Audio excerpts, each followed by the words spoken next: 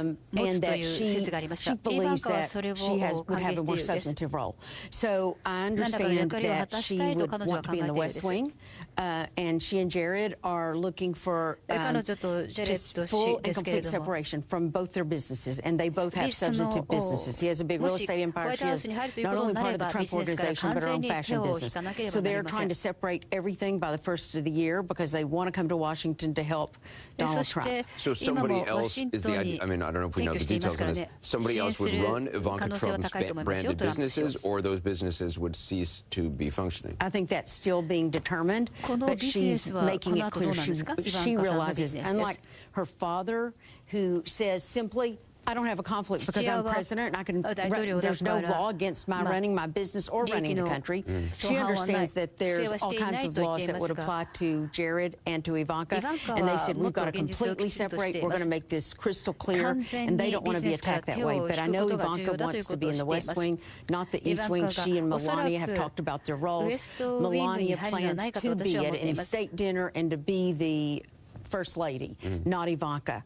So I think there was a lot of talk starting to come out of this. Well, since Ivanka's going to be there before Melania, she could assume that role. And I know she didn't like that. She said, would they say this about a boy? You know, she was saying to people. And she thinks, what is this? Like 20 years ago. So she wants to be very substantive and be present in the West Wing. Okay, and so if she's in the West Wing, she would actually have a formal policy role? No, she wouldn't have a formal role. She wants to be there informally as first daughter and advocate. And so she wants to do the paid family leave. She wants to, and also advise her dad on that and other issues. So she wants to be in the West Wing, but not as a paid person and be informal. But she does want an office in the West Wing. Okay, more to talk about. Next, President Obama will talk about that reporting, but also President Obama is weighing in on the hacking story and the possibility of retaliating against Russia. Also the possibility that in spite of hacking allegations, Donald Trump could end up lifting sanctions against Russia. Later, Donald Trump's rage tweet this morning at this magazine editor over a review of the Trump grill and long-running feud they've got over the size of, oh, here we go again, Donald Trump's hands.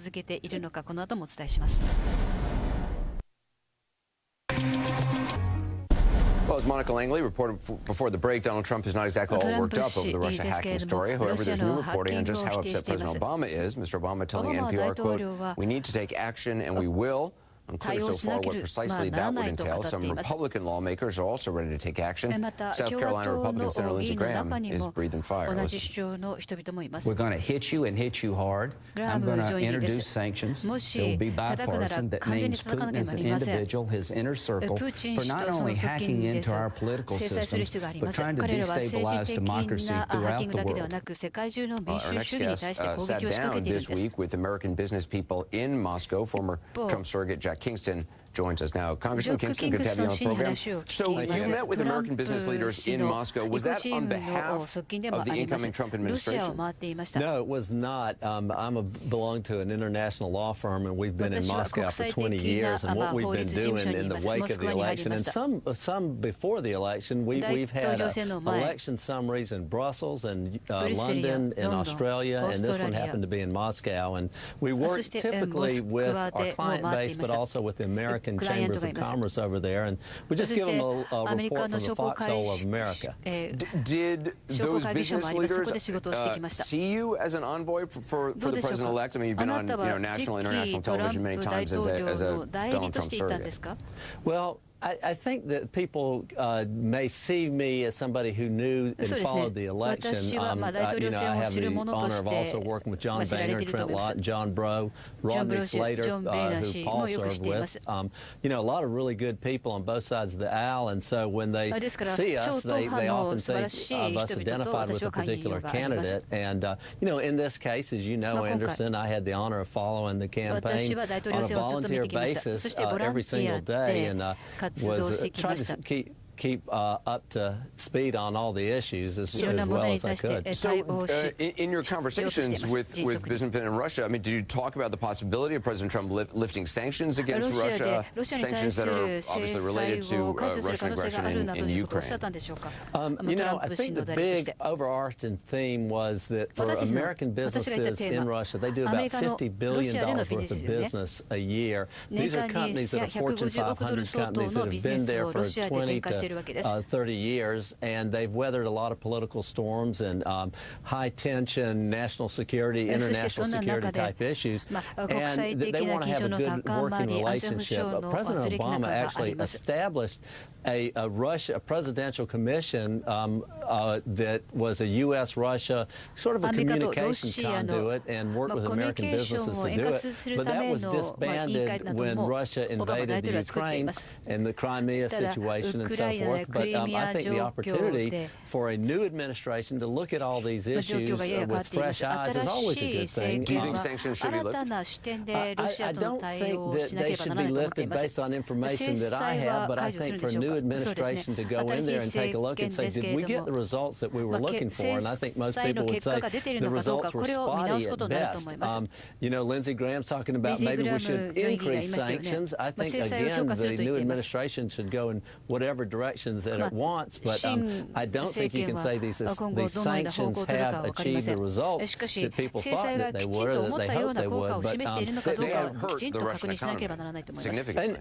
And sometimes, you know, we have to remember that when you do that, you're laying off Russians, you're laying off Americans as well. Maybe to some people that's in the best interest, but, you know, in the spirit of cooperation and communication, looking at these things, keeping a good relationship with one of the largest economies and largest nations in the world, it's also a good thing. You know, we overlook a lot of things that China does and a lot of things that other trading partners do. And I'm not advocating for this at all. I'm just saying in a frank conversation, when you have Americans doing $50 billion worth of business on the ground in Russia, we should keep good communications with that. And some of the rhetoric coming out of Washington might not be as productive as people think it is. We've got to address Syria together. We've got to address the Ukraine.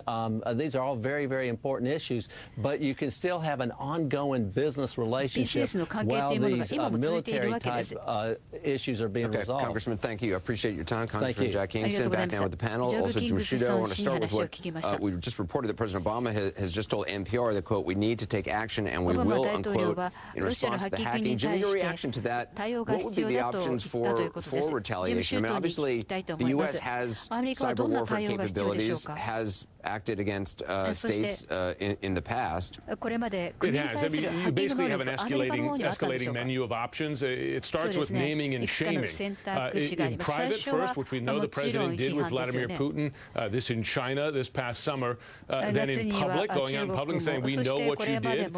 They did that in October, a month before the election. Then you get to further steps. One you discussed there with Jack Kingston, economic sanctions. That was the administration's response to Russian military action in Ukraine. And Mr. Kingston is right. It has imposed economic costs on Russia, but has not changed the behavior on the ground. Question as to whether that's effective in a cyber atmosphere. Then you have the next step, which is to retaliate in cyberspace. And what we know is the U.S. has tremendous capabilities, arguably the best capabilities in the world, and that ranges from exposing embarrassing information about Vladimir Putin, right? I mean, you could expose information about his finances, etc., but it also goes to the degree of something like turning the lights off in Moscow, right? I mean, just as I don't know that they could do that, but they could certainly attack critical infrastructure systems in Russia. The trouble with that, and this is something the Obama administration has expressed publicly, is that we assume our adversaries have similar capabilities. So if you do that, do you then spark a response, and are you in a cycle of escalation? Those are the risks. So you have that whole range. They've already taken a couple steps in that range. What's their next step up the ladder? And that's what the president has to decide. Van, I mean, there's certainly some who believe that President Obama should have had a more vigorous response earlier. I mean, Alice raised the point, and Donald Trump has raised the point. Why wasn't more made of this early on? Sure. Well, I mean, you just heard that there's a ladder that you climb. But I think part of what I just find just bizarre right now is that you're talking about Russia, who, until, as best I can tell, is an enemy, an adversary of the United States government, who, as best I can tell, is doing as much as it can to disrupt us inside the homeland. And yet, Republican leader after Republican leader continues to come out with these kind of kid-glove comments about, well, maybe we shouldn't be hurting their economy too much, and we've got business. Listen, I can certainly have that conversation, but it strikes me as bizarre. I can't imagine if President Obama had been running for office, it turned out that the Nigerians or the Chinese had been hacking and causing all kinds of chaos, then afterwards we'd be sitting around having a conversation about maybe we should have better